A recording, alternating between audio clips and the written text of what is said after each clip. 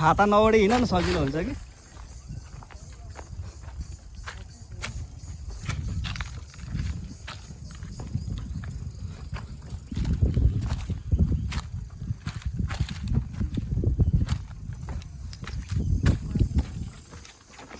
यहाँ जङ्गलमा चाहिँ झारहरू चाहिँ नपलाउने रहेछ कि हो।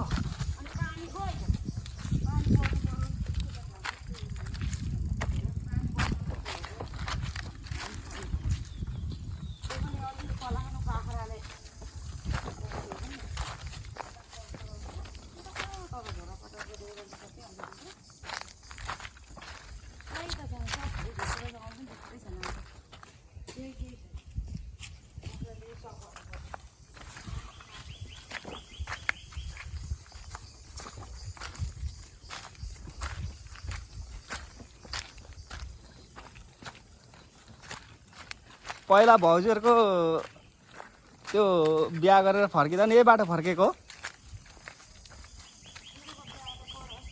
ए हिँडेर जान त गएको नि त हामी होइन।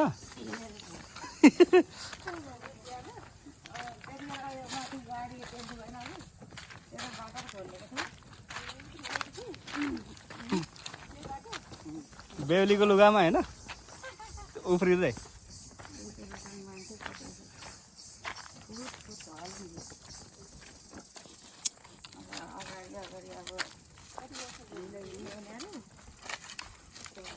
भाउजू त 16 होइन।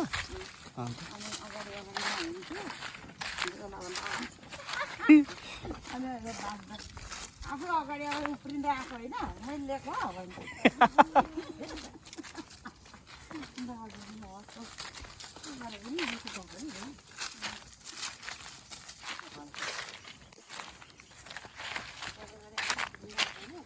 त्योभन्दा अगाडि चाहिँ देउराली झरेको थियो भाउजू यसो घुम्नुहरू देखेको थिएन है।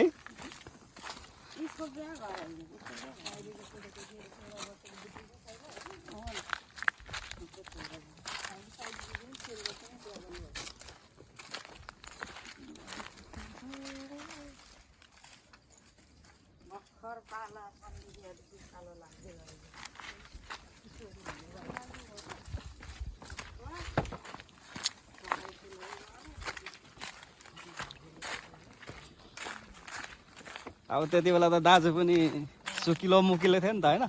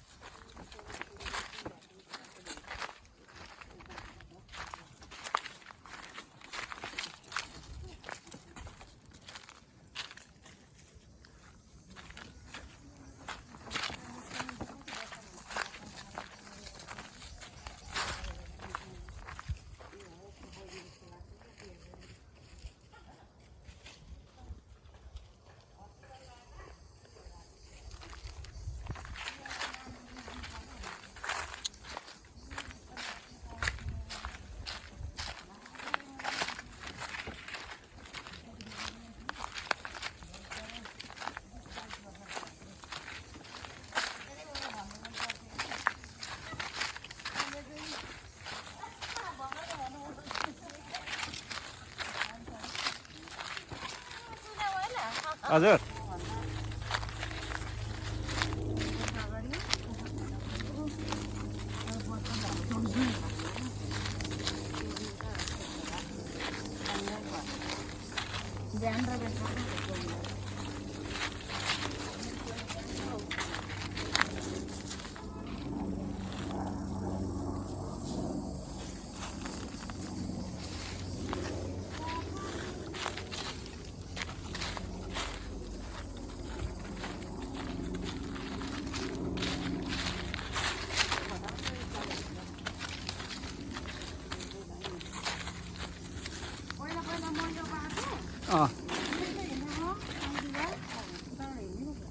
दाजुसँग झगडा पर्दा त यो उकालो आउँथ्यो होला नि त भाउ।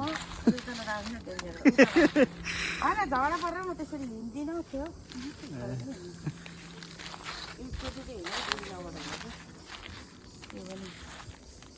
नभए उकालो त सोनी बोकेर माइती घर भनेपछि कस्तो एक्लै तल बिरक्तै लाग्छ होइन।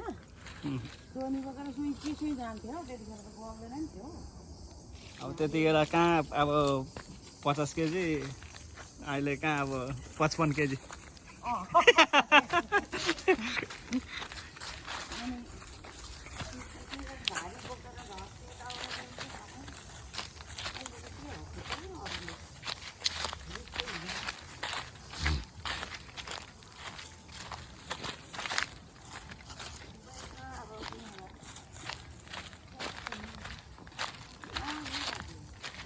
यो त झोरापाडामा निक्लिन्छ होइन 10 गरेतिर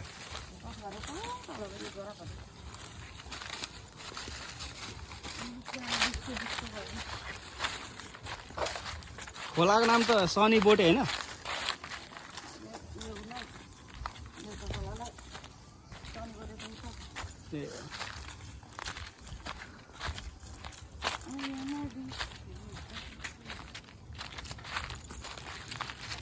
यहाँ यस्तो चाहिँ बनाउनु दिँदो रहेछ होइन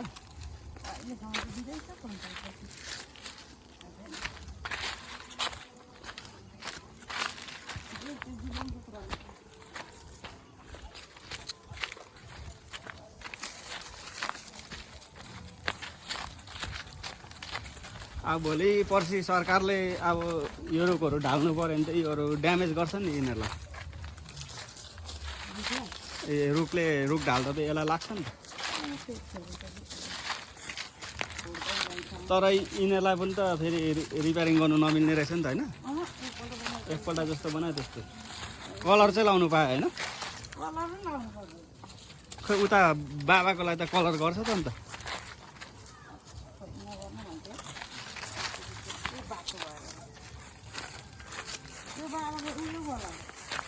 कपुरलाई होइन कपुरलाई कलर गर्छ त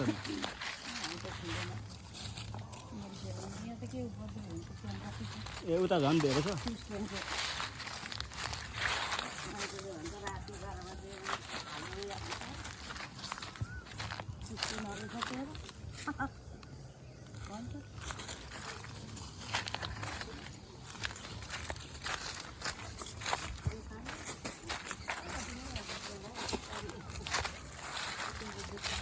खुट्टा छड्के पाल्नुपर्छ अब त्यस्तो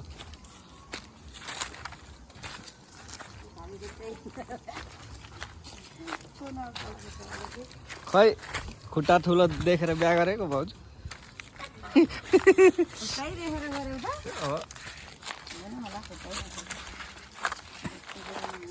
धेरै बोक्छ भनेको सुनेको खुट्टा बोक्नेले खुट्टा ठुलो हुनाले भारी बोक्नेले मात्रै पाइन्छ भारी नबोक्नेले दिमागको कलम अरू पनि हुँदैन मान्छेहरूले पाल्ने कसैले पनि पालेको पनि हुँदैन आफ्नो लागि त्यही त त्यसै त बसेर खाने होइन नि त होइन खाना पकाए पनि अब त्यो पनि कामै हो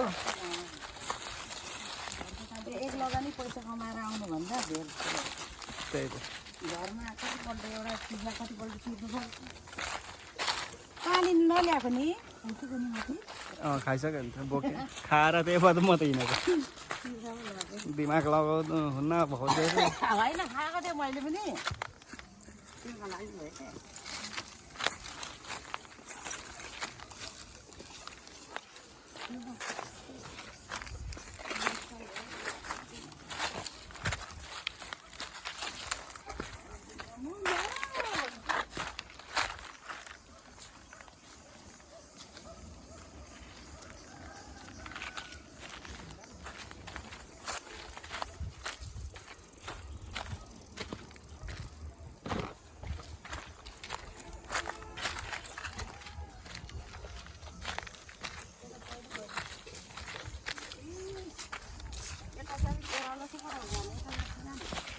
जो न जताबाट अलिक सजिलोबाट चाहिँ मलाई